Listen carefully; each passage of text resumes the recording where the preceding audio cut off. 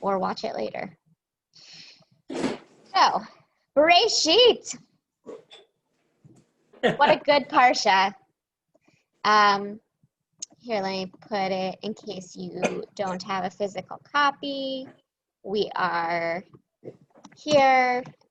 Starts with Genesis chapter 1, verse 1, and goes all the way to chapter 6. So it's probably one of the like most, at least the like brackets of it, or like the big details, the most well-known parsha. But I'll still give my general overview anyway. So the first chapter is the first creation story. Day 1, God says, let there be light, and there's light. Day 2, God creates the oceans and brings forth, creates the oceans and the clouds, like basically the waters above and the waters below. On day 3, God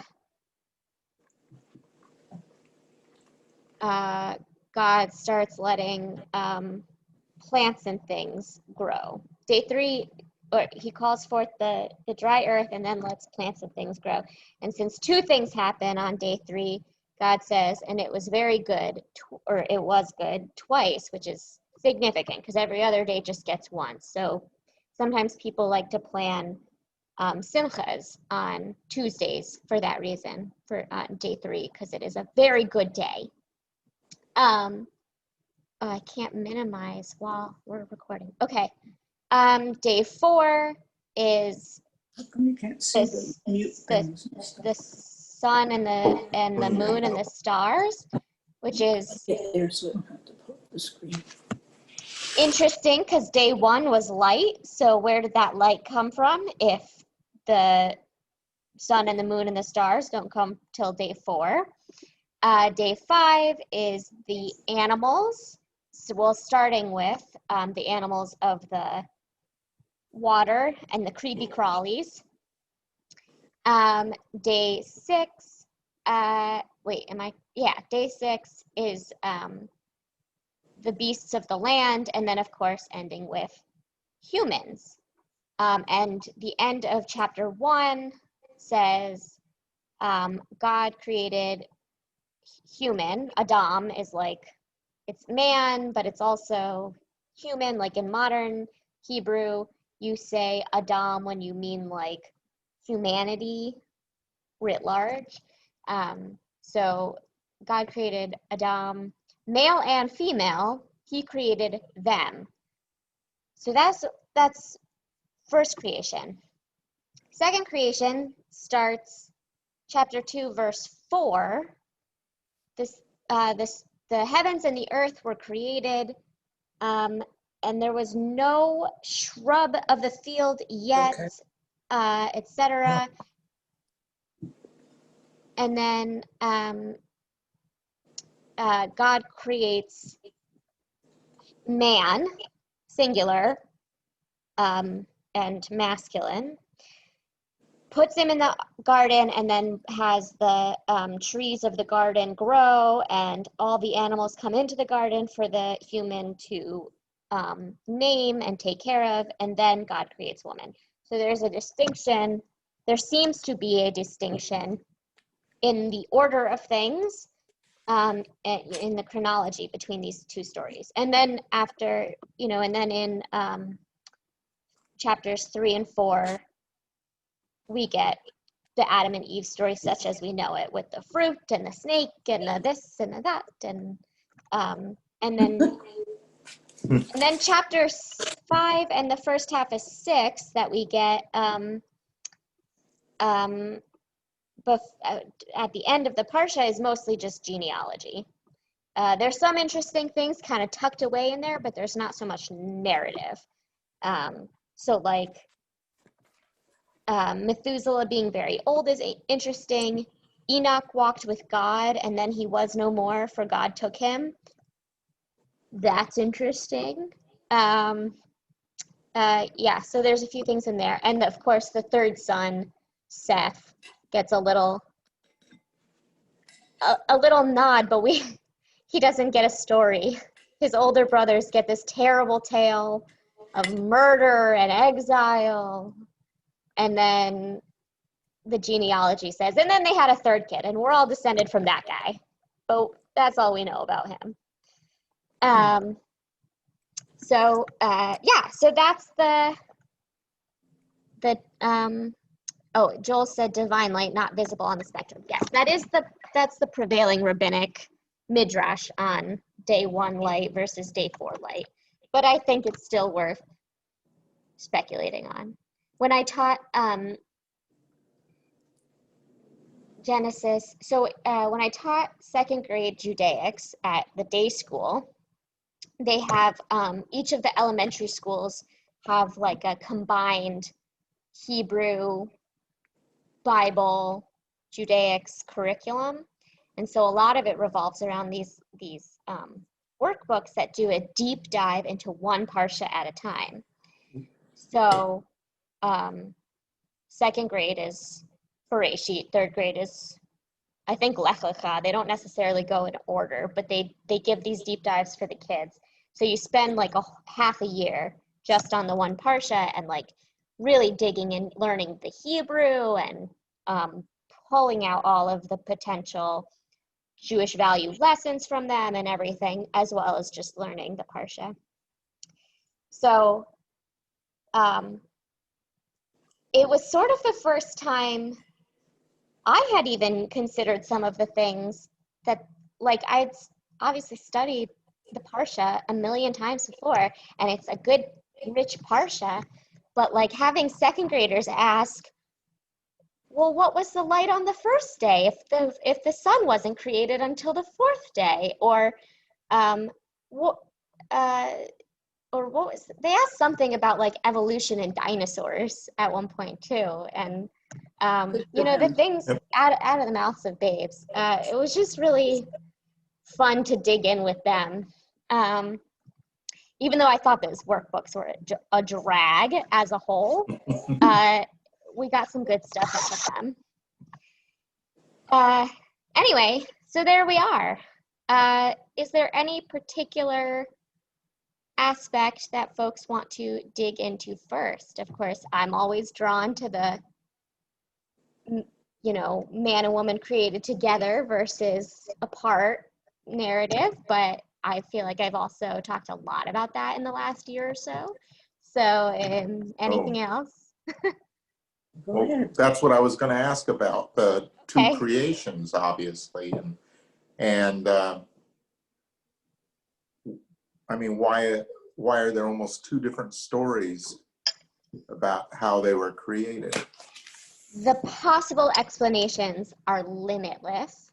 I'm sure. The current prevailing like academic historical explanation is that during the first exile, some creation story already existed amongst Hebrews, but then during exile, those that stayed in the land of Israel, their creation story sort of morphed and evolved in one way, and those in Babylon morphed and evolved in another way.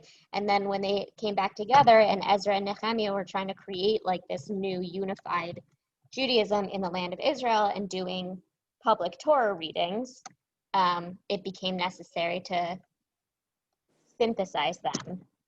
And so that's how this version that we have that seems like 2 different stories ended up being canonized together, is that was like the compromise they came up with. So of course, that's not a totally satisfying answer even historically, because like how did they think that was a compromise when there's still these like glaring contradictions between them? So there's lots of midrash on them that I think are awesome. Of course, Lilith is my favorite, that she's the first woman, and then she is sent out of the garden, and so Eve is created. There's also a midrash, like a classic rabbinic midrash that the first human was like double-sided, was like a Janus sort of creature with back-to-back faces, but one side was male and one side was female, and then God split them in the second story. I also had a sort of along those lines, my 8th grader, or maybe she was in 7th grade at the time, when I was doing a midrash unit with middle school rabbinics at the day school, I had one kid say that she felt it had to do with like the human spark and soul, that initially God creates like a golem basically, and only when God breathes life into them, such as we see in the second story of like really fully bringing to life these humans, that's what creates separate like gender identities.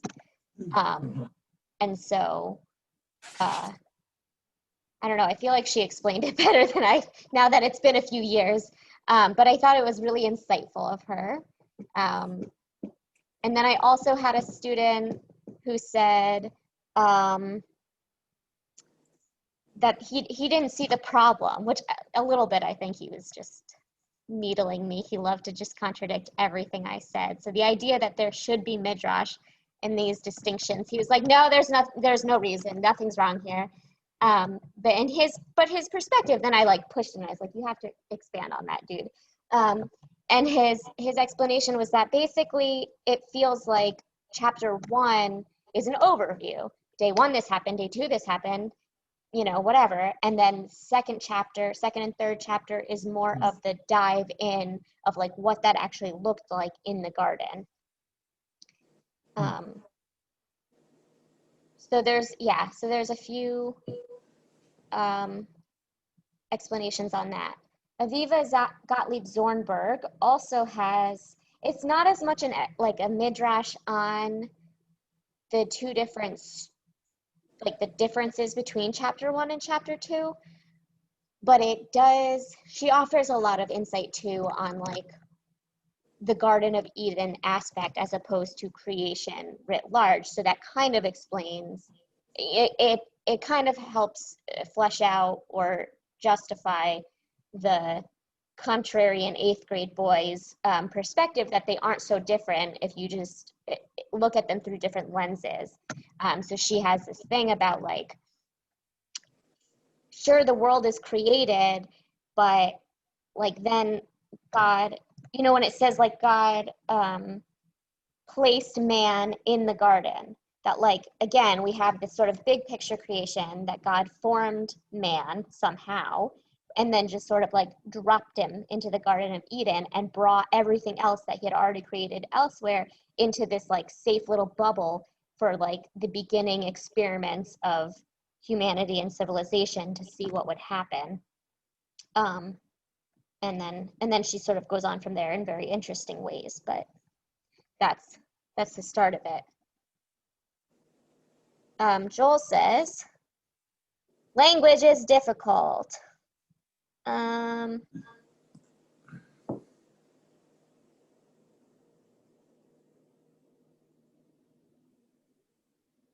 not really sure. I think this is a comment on why our two Jewish communities at that time would have different, seemingly different creation stories that still come from the same starting point, and that there could be translation issues with the Aramaic versus Proto-Hebrew.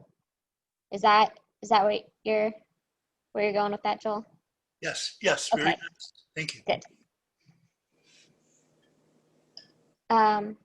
So yeah, that's the distinctions between, I don't know, I'm curious if you guys have any fresh takes, hot new midrash about the differences between chapters 1 and 2.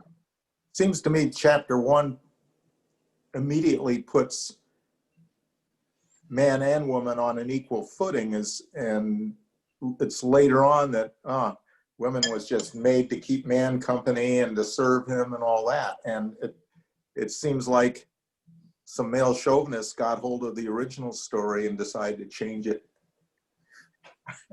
in their image. In their image, yeah. Yes, I think that's probable. And also, I'm always thrown by so many times. Don't change the subject yet, David. Oh, I'm sorry. Oh, I'm sorry. Go ahead, David. I was going to change the subject slightly on related to all that. Go right ahead, David. I want to hear the rest. Oh, I was just going to say, in so many places in here, it says, let us create in our image. And that, of course, always threw me like, what does that mean? That are there other gods, or what's going on? Yeah, so that's another thing that there are endless explanations of. I think the most straightforward answer is simply it's like a royal we situation. Yeah. There are also, I don't know what you would call them, anthropologists or historians or whatever of the evolution of Semitic religions that posit, it has to do with the origin story of our God. I mean, historically, anthropologically, that the ancient Near Eastern pantheon had the god El, which literally, means God, right? Like we see throughout the Bible, or when we read Death List, she mentions this, the Elim are gods, plural. And El was sort of the top god. And then he, according to one Akkadian, maybe? No. Canaanite? I don't know. One other ancient Near Eastern mythology in particular has a story of El eating his brothers and sisters and becoming the supreme god. And so that's how we get Elohim, which is a plural word. It's not a precise translation word, like Elim is gods, lowercase gods, plural. Elohim is how our God often introduces himself, particularly in Bereshit. But that im ending is still a plural word, and so it could be a hint at whatever creation story went with, the prior iteration of Canaanites, of the ancestors of our ancestors, kind of thing. There's also some midrashim about God talking to the heavenly hosts, and the angels are disagreeing with God's decision to make humans, which I think is an interesting image. I kind of like that one, but it takes more imagination.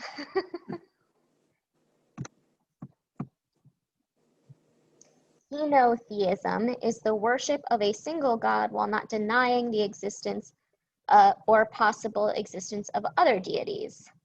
I thought we also, I learned panentheism is sometimes referred to that way or explained that way.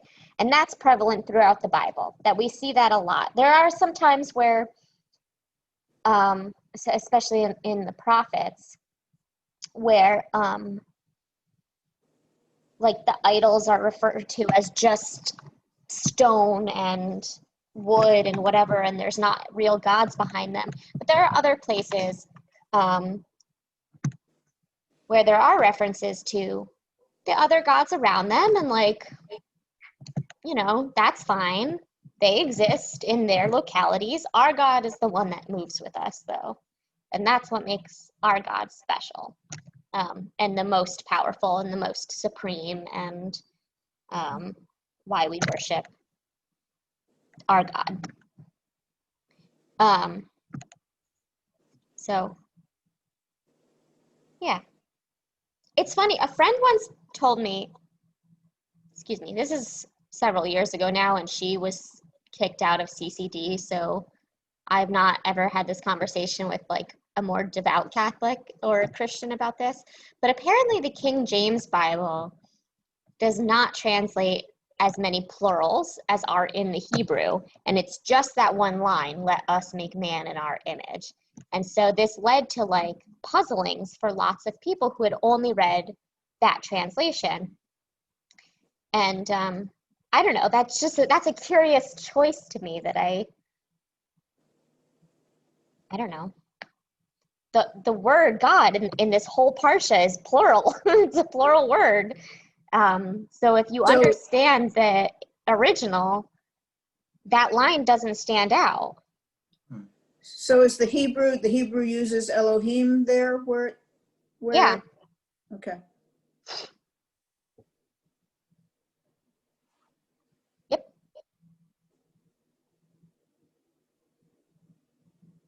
I mean, some parts Elohim is the word that's used for God throughout this whole parsha. You'll often see, even though there are a few different names for God in, well, there's mostly two. There are other ways God identifies God's self, but mostly we either see Elohim or Yud-Heh Vov-Heh, which we pronounce as Adonai, throughout the Bible, but they will be in discrete pieces, and that has to do with like the layering of authorship of the Bible. So throughout all of this parsha, at least, I shouldn't say all of the book of Genesis, but all of this parsha, God is referred to exclusively by Elohim. And sometimes then he still gets a singular masculine pronoun with that, or like the verb is conjugated in the singular masculine. So it's not all first person plural. But I guess that's kind of the only place also that God uses first person. Like anytime it's Chazal speaking, God did this, and he called it sees. But when God speaks, let us make man in our image. So otherwise, he doesn't use a first person, or they don't use a first person.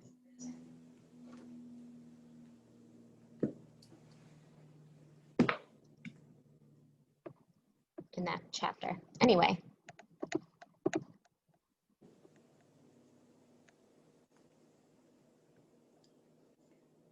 David, you were going to ask something. Yeah, one of the things that had occurred to me with God created man, male and female created he both. You know, we sometimes talk about getting in touch with my female side or my male side, and it also occurred to me that it could be used in a sense that God created mankind with a whole range of sexual orientations. And since for centuries, various kinds of relationships have existed among men and women, and sometimes with one another of the same gender and sometimes not, that maybe this was a way of saying God created both aspects, both a male and a female aspect for all of mankind. And maybe those people who are so dead set against homosexuality might want to review that a little differently.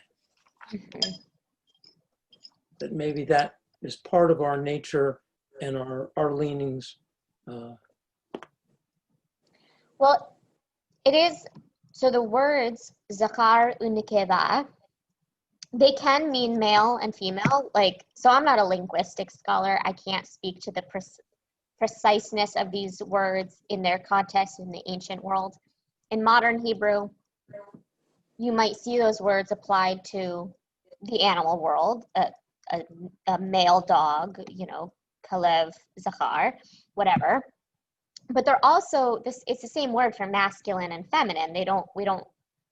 There's not like a adjectivized version of those Hebrew words the way we have in English. So when you're looking at grammar and you're learning conjugations, it's like one column says zachar and one column says nekeva, like masculine and feminine pronouns. So I do think there's some wiggle room in how we understand those Hebrew words, male, female, masculine, feminine. And the ancient rabbis recognized a spectrum of gender identities, mostly had to do with various degrees of like intersex, you know, like people who had hormone imbalances or whatever, and so they might have breasts but a beard or whatever. And so the rabbis would talk about these things and discuss which side of the mechitza they should sit on. There was no conversation about like these people are abnormal, they don't fit into our binary gender understandings. Those were seen as legitimate genders or sexes, but the law was still binary, and so then it was a question of like, well, are they more this or that?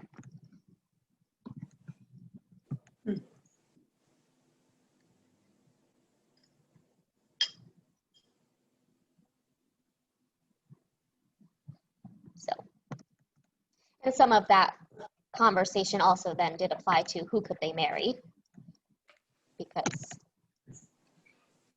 there was an emphasis on heterosexual marriage, but and how you understand heterosexual gets complicated if like man and woman aren't always such obvious discrete categories.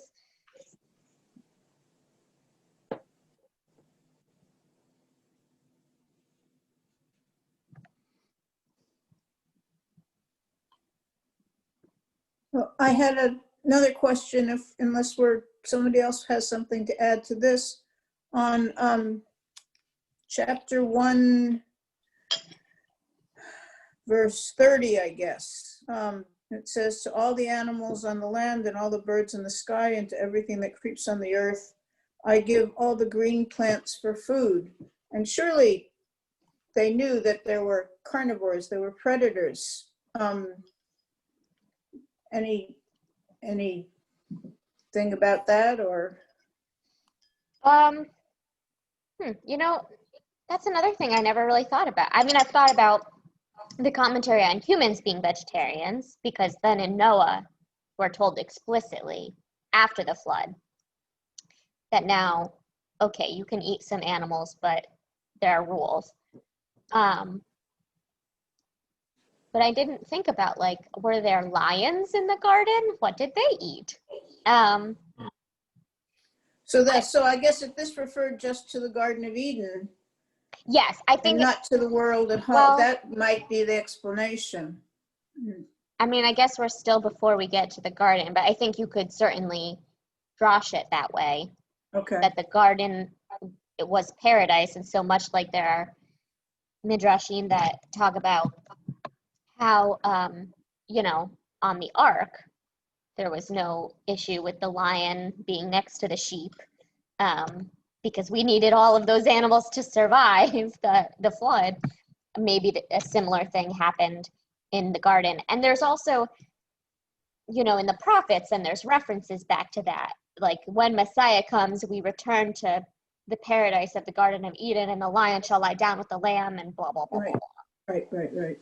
So, I don't know of a specific midrash that really susses that out explicitly, but I guess that would be the general understanding.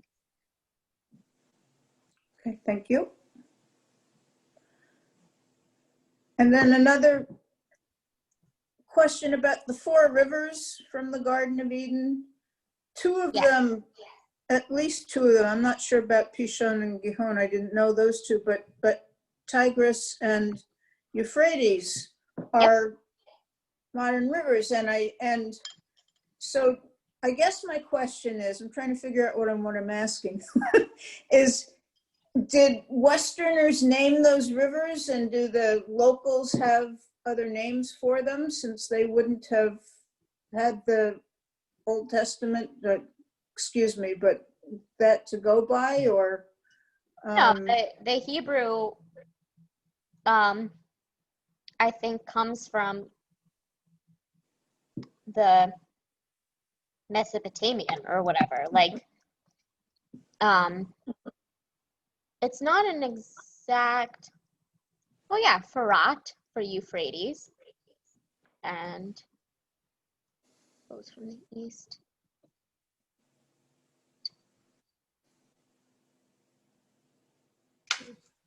Hiddekel.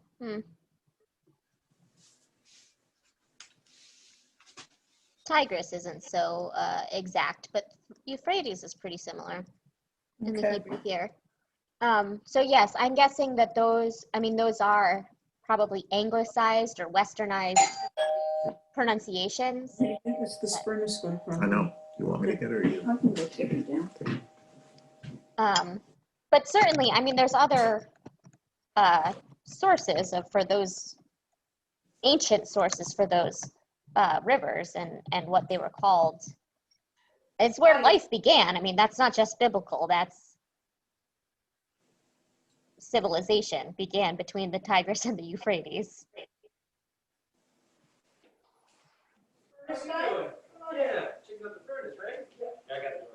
Something wrong with your furnace? No, it's just a maintenance check, just to make sure everything's good.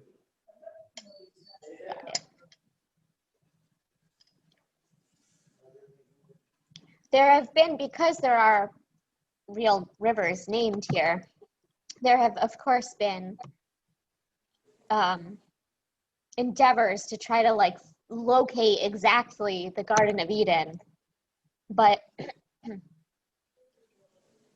I mean, it's so metaphorical. Like even at its surface level in the text itself, assuming that Adam and Eve were real and this story is based on truth, like it's paradise. We're blocked from it.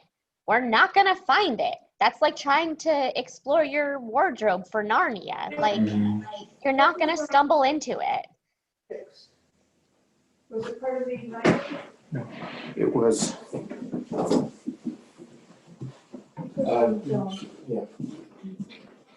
Yeah.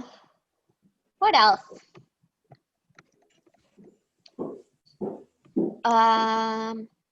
Did you want the mask? Here. Could talk about Here's your brown one. Eve's situation here. As you could probably imagine, I have a lot of thoughts on how unjustly the text treats Eve. We could speculate wildly about Seth. I do love speculating wildly about characters in the text.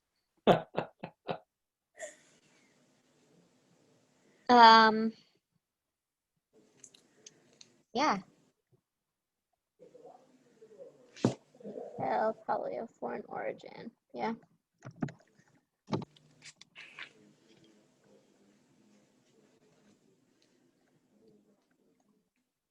Yes, Joel. Rabbi Goldstein, of course, there's a lot of discussion in Talmud about hermaphroditism, which is a natural phenomenon. Mm-hmm. So, of course, the rabbis have addressed just everything under the sun. And remember, when we read Talmud, we have to not read it as we see the world today. We have to kind of put ourselves as they saw the world then. Mm-hmm. So here's like an interesting thing. This, of course, predates the rabbinic era by many, many years. Mm-hmm. I'm at Genesis 2, verse 4. I saw Debbie has her chumash in front of her. So 2:4, Ela toldot hashamayim b'haaretz, bahi baram. Now, that's the fifth word, bahi baram, okay? Meaning when they were created. So Debbie, so it's going to be the fifth word in. And if we look carefully, we notice the hey in the middle of the word bahi baram is smaller than almost every other letter. Which verse, Joel? We're at chapter 2, verse 4. Verse 4, okay. Starts, Ela, Toldot. These are the generations. Hashomayim, of the heaven, Haaretz, and the earth. Next word, Bahi Baram. I see what you mean. See the hay? Yeah, very small. Okay, so of course. Oh, by the way, don't try to look for it in Safaria, because Safaria does things on the cheap. Yeah, They that I assume it would be hard to do that font trick. It looks, everything's even on my screen. whenever I encounter this stuff, I have to immediately go back to Sefer Torah. I don't actually have one here, but I have them electronically. Sure enough, in the Torah scroll, it's exactly how it is. Yeah, so anyway, so here's the rabbis. They're not commenting on what they see in their era and what they see for us. They're commenting on, hey, what is this? Like, why are we being? Why is our attention being called to this? So that's, of course, a very ancient origin. Oh, thank you. By the way, there's lots of those in Sefer Torah. And if you don't do it that way, you have to put it up for sale on eBay because you can't use it in the shul. So Wait, what? Wait, say that again. Oh, if our Sefer Torah didn't have that, then it wouldn't be kosher. Sure, you can scrape it out. The Sofrim can scrape it out, and it'll still be okay. So I think what we have to do when we look at all of this, it just can't be seen from our perspective. I know today we have she, him, he, her, whatever, I can't keep track with all that.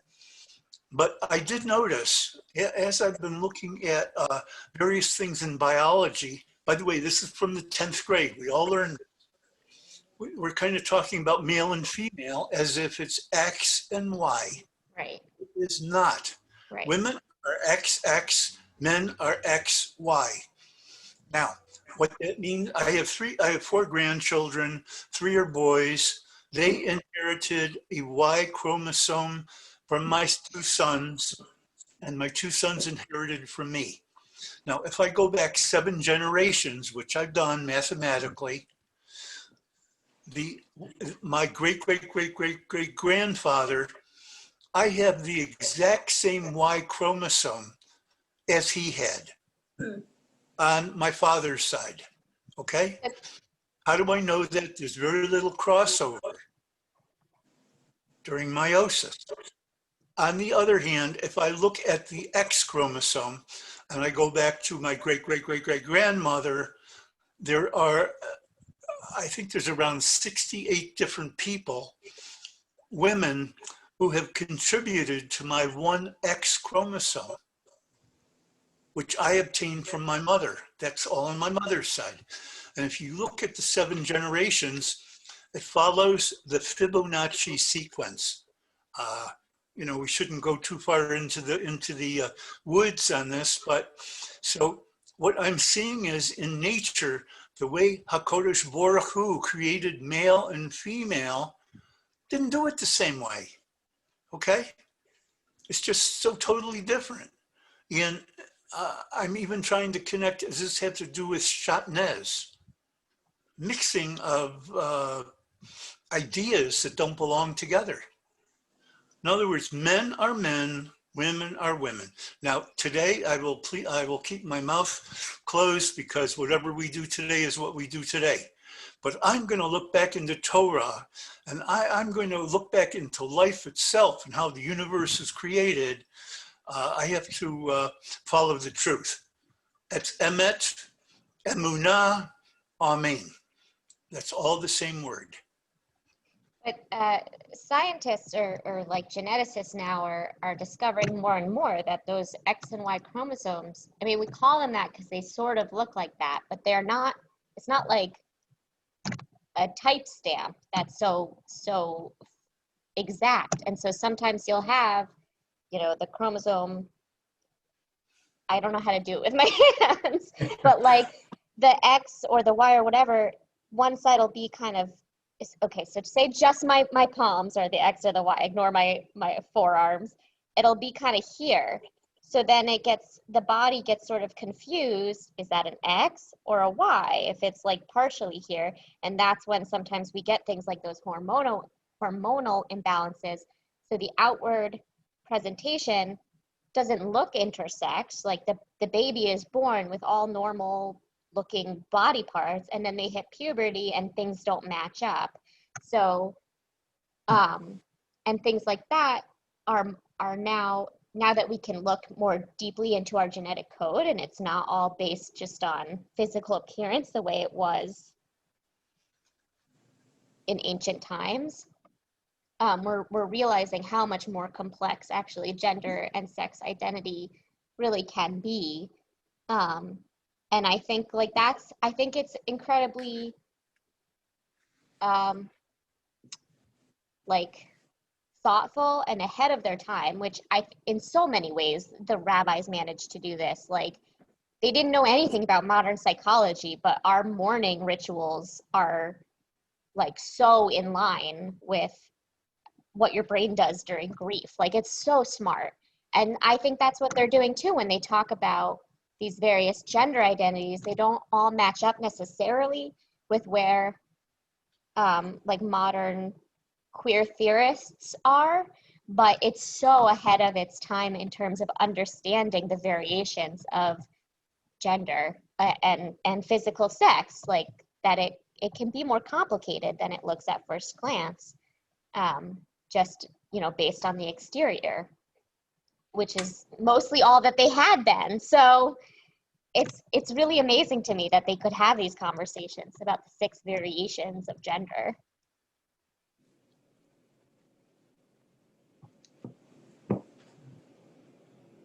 Epigenetics. The only thing I mean, I've studied some epigenetics, but only in terms of trauma. So I don't know where that falls into the gender conversation.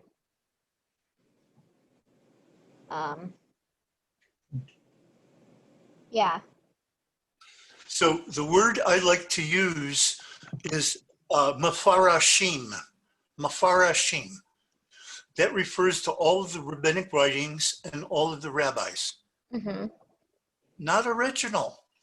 Every single commentator that I ever read, if I'm going to dig into it, it's not Rashi's opinion. Rashi's not making it up. Rashi is almost like Targumim. Mm-hmm. Okay. Yeah, well, Rashi even gives his citations often, that he's getting it from the Talmud. And even like I'm looking in the Talmud, whatever, even if they don't actually include it, someone else kindly puts it in for me. Because a guy like Rashi, he assumes everyone who's reading his stuff knows the Torah inside out. I'm Right. sorry, I don't know that. I'll need another 97 years to even make a dent.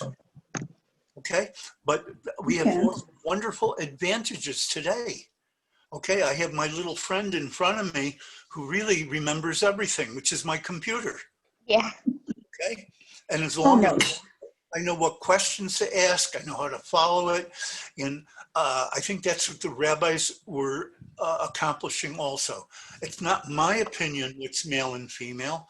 I need to find out what creation, what HaKadosh Baruch Hu thinks about male and female. And Right, but that's, that's why I think it's so amazing, because they didn't have computers. They just intuited or they read deeply, but they couldn't even read. I mean, written word wasn't always that available. You know, they memorized and they discussed and they trusted themselves and each other to create these boundaries that helped shape society and Judaism. And I think it's very cool. I think the rabbis were very smart, even when I disagree with them. They're just, how did they do it? I don't know. Okay, can I go? Yes, you can go. Okay, I was just gonna, well, I wanted to make sure since I stepped away that I was in place. Somebody's fixing our furnace or looking at our furnace. Just doing the Checking it normal seasonal checkout. Anyway, jumping over to 4:17, you know, it mentions Cain knew his wife and et cetera, et cetera, et cetera.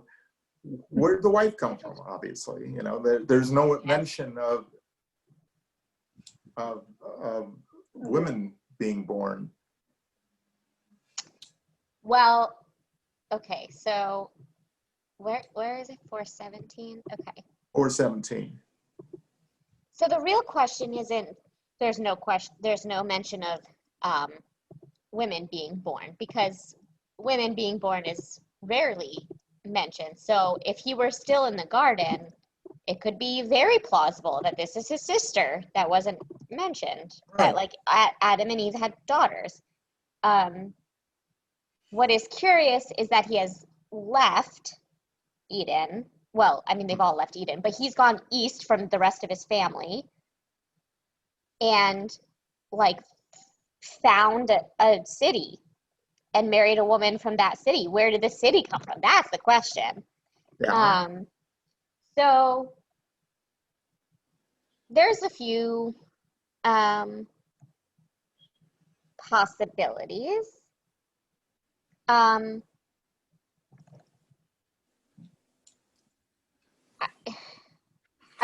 heard some. They're not classic midrash. They're not from the Talmud or anything, but I've heard offerings that perhaps there were multiple sort of Edens, that God created different little pockets of his experiments. Okay. And so that's one possibility. I read a novel. It's a modern novel, so again, not classic midrash, not a rabbinic answer, but it tells the story of all of the whole family of Adam and Eve after they leave the garden. And in that, they have, besides the three boys we know, there's also a little boy, whose name I can't remember in the novel, but there are two twins, male and female, that are the youngest. And there's also three other daughters in between. And so the oldest daughter leaves with Cain after the incident with Abel, and they get married.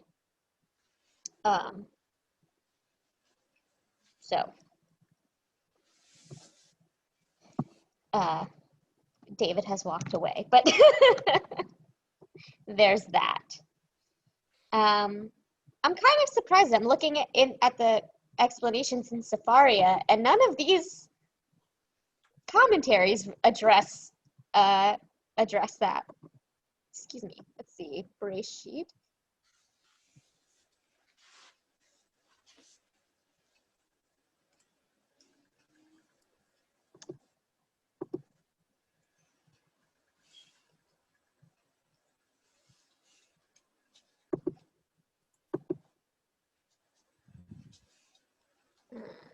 I can't do that on the fly right now.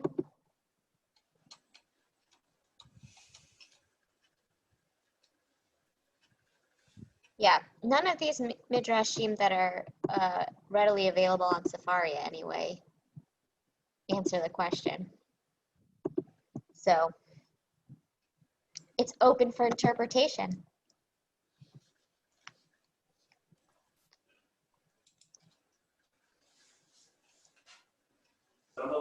Okay, sorry for leaving you. That's okay. I wasn't sure how much David actually got the answer, but the real answer is we don't know. Okay, so we can make stories up. We can make stories up. Okay, can we, if we're done with that, then can we talk about the tree of knowledge for a little while? Yeah. And this is a little bit of a divergence, but years ago, Rabbi Blackmore did a sermon on the binding of Isaac. And the way he put it was that God was testing Abraham. Thank you. And that he didn't ever, I mean, and we know that you know, there are other ways of looking at it too, but he wanted Abraham to say, no, this is my son, I will not. So Right. Going back to Eden, are there any possible interpretations that God did want Adam and Eve to eat from the tree of knowledge so that free will could exist, that they would have the power to make decisions based on right and wrong and all that other good stuff? Aviva Gottlieb Zornberg does kind of hint at that. She doesn't say so directly, and she certainly doesn't offer any classic rabbinical views that's any kind of traditional understanding.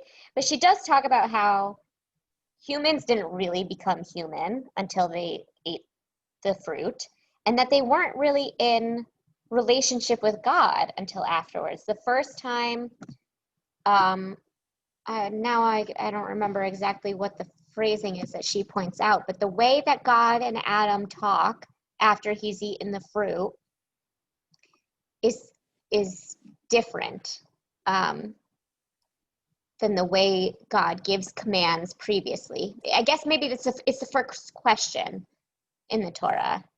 Where are you?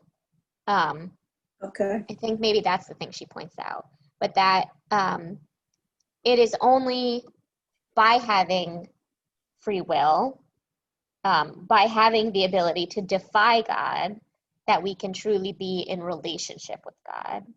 And so that before that, like, life in the garden is kind of meaningless. So I don't know that fully answers the question of God's like omnipotence and like knowing or hoping or planning for it to happen that way, but it certainly defends the action and like why it's good that it happened. There's also, I mean, this is like from my own brain, something I've been kind of working on with my Lilith story, but they can eat of the fruit of the tree of life, but like that's the biggest thing, like when they eat the fruit, the forbidden fruit, and they're told now they will die because they are cut off from the tree of life. So I wonder if the intention always was that it's one or the other, that you can't have both, but you have to choose immortality or morality. And I haven't totally worked out how that discussion is going to go in my novel, but that's something I'm thinking about, is that like either or choice, and how Lilith first and then Adam and Eve view the different trees that are clearly set apart from the regular fruit trees, that there's something distinct about those that we as humans now cannot fathom. But does God tell them not to eat from the tree of life? No. It's just the tree of the knowledge of good and evil, right? Yes. But then later in verse 22, Genesis 3:22, God banishes them because in verse 21 he said, now that man has become like one of us, knowing good and bad, what if he should stretch out his hand and take also from the tree of life and eat and live forever? So it's almost Oh, implying that that maybe they they weren't hadn't supposed to have eaten been it eating yet. from that tree either.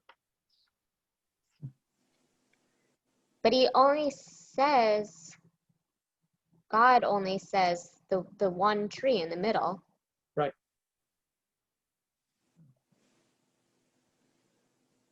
But now Huh. he's concerned, and that's in fact given as the justification for kicking him out, us out, Right. by extension.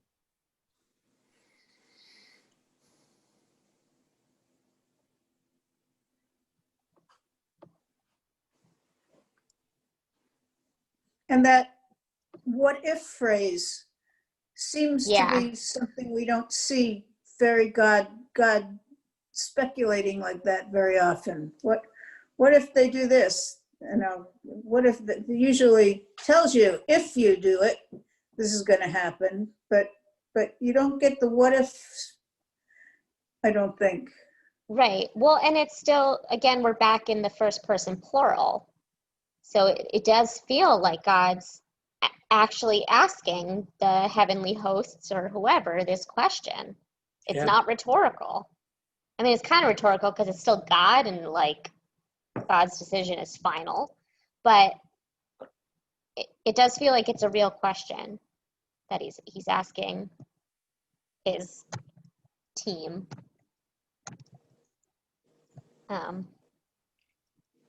Which does further indicate that it wasn't foreseen. With the angels. Oh, What about angels? Oh, I was trying, this made me think of, we watched the comedy series. yeah. There was a good angel and a bad angel. Good omens. And yeah, the good Yes. omen. And thank you. I And love that, that. if you guys haven't seen that, that's a great series. And What's it called? the premise is that the end of the world is going to come, and both of them are angels that live on earth and are frankly enjoying earthly pleasures and don't want to see the end of the world coming. So they set themselves up to fight with God and the rest of the angelic flock or herd or whatever it's called up there. And It takes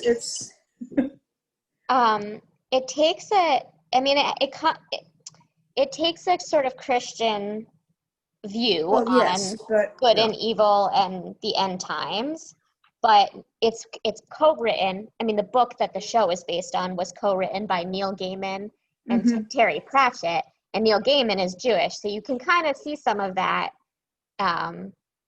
Jewish humor in how the Christian theology is dealt with.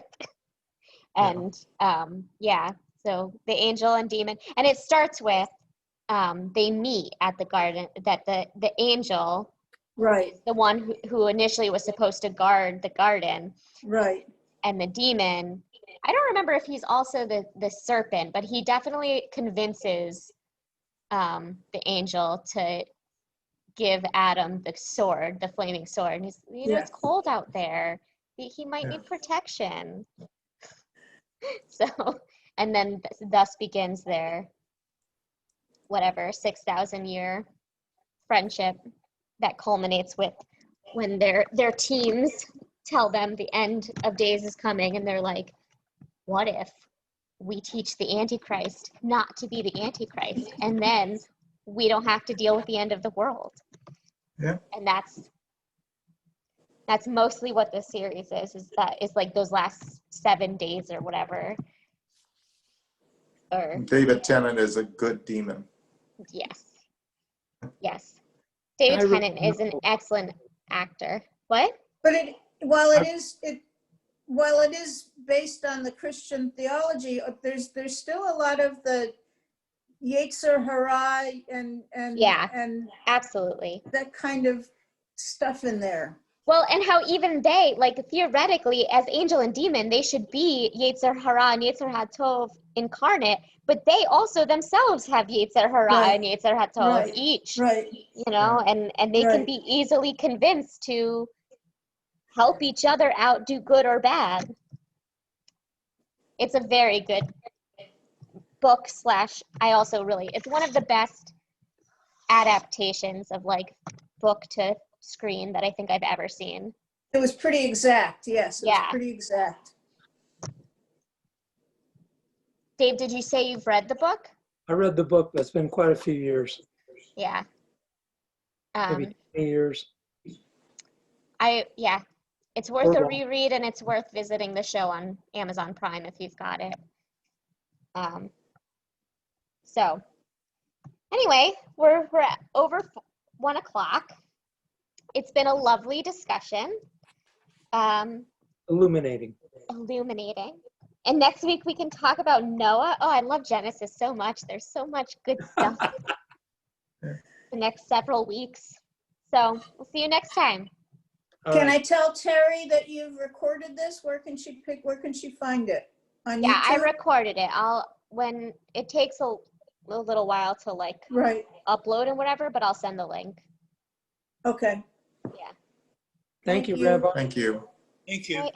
Good to Bye. see you all. Joel enjoyed it. You too. You.